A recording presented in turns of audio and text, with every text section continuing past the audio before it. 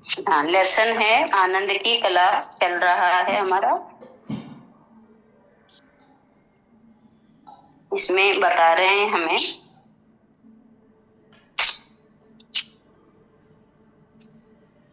एक स्टोरी के माध्यम से।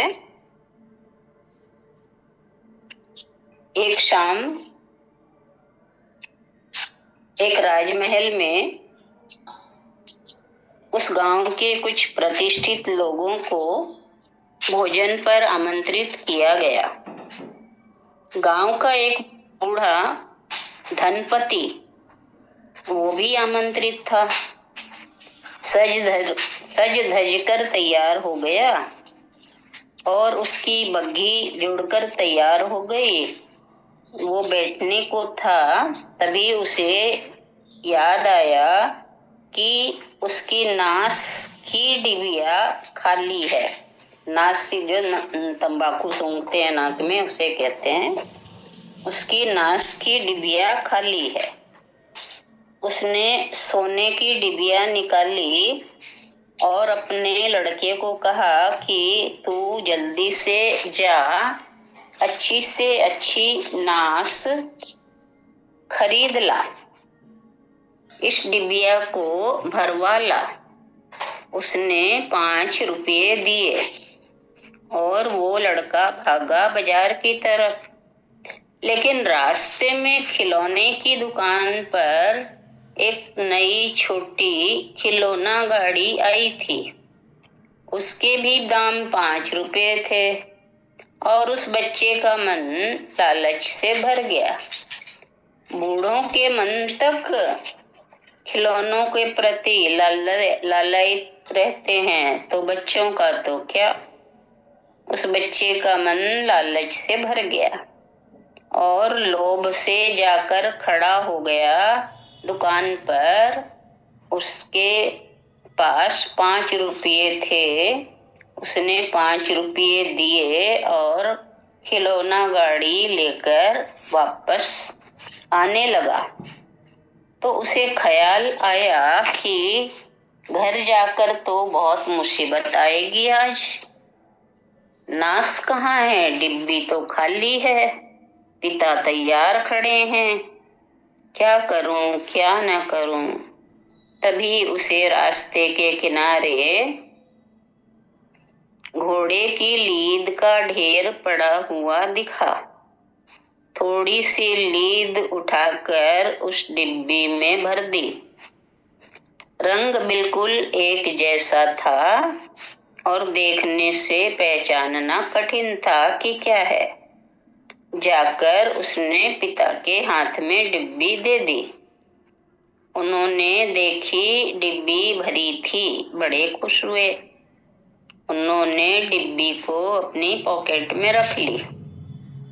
वे राजमहल गए।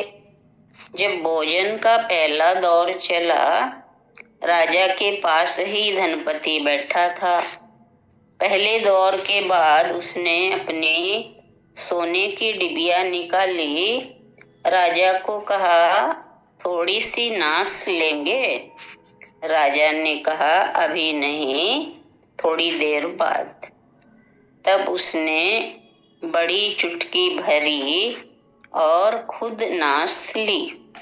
लेकिन नास लेने के बाद उसने सस्पिशियस नजर से, यानी शंका की नजर से चारों तरफ देखा।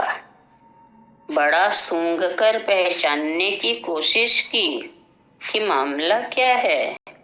फिर राजा से कहा, क्या आपको घोड़े की लीद की बांस तो नहीं आ रही? It seems funny.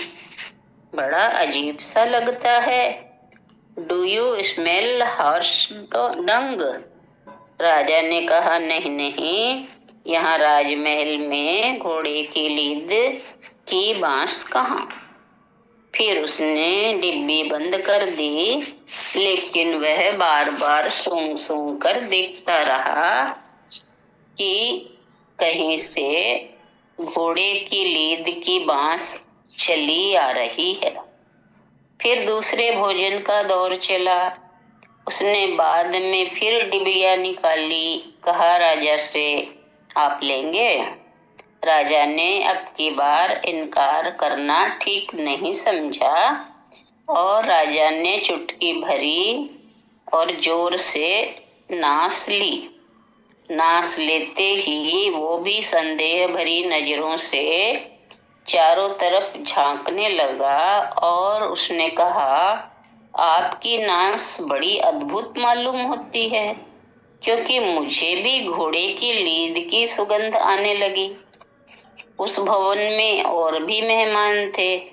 अगर उस नास की ये सभी सूंघ लेते तो उन सभी को उस भवन में घोड़े की लीद की दुर्गंध आने लगती। लेकिन कसूर उस भवन का न था, वह नास न थी, घोड़े की लीद थी।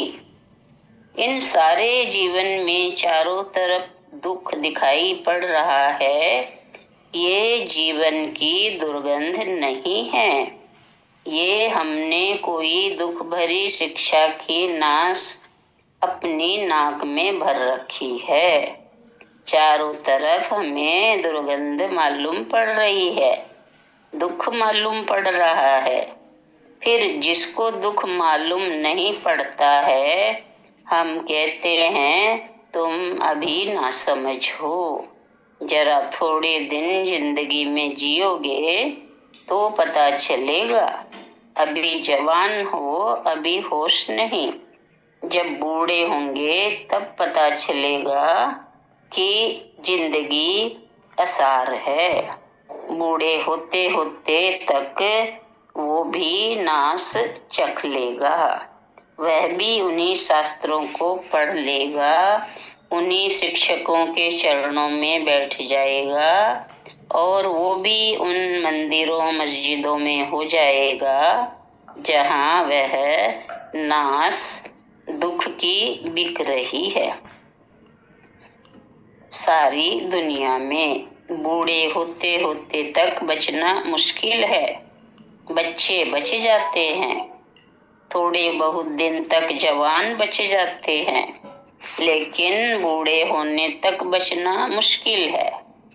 भोजन के एक दौर पर नास मत सूंघिएगा, लेकिन कोई अगर पूछता ही चला जाए नास लीजिएगा, फिर नास ले ही लेंगे आप और पता चलेगा, अरे ये सारी जिंदगी बड़ी दुखपूर्ण मालूम पड़ रही है।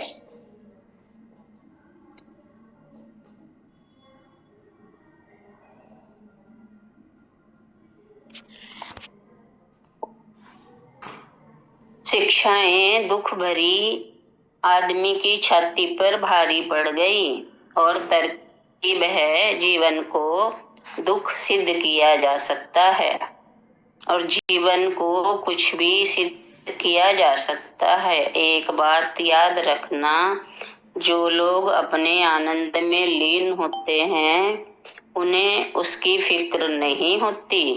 वे किसी के सामने सिद्ध करने जाएं कि जीवन आनंद है।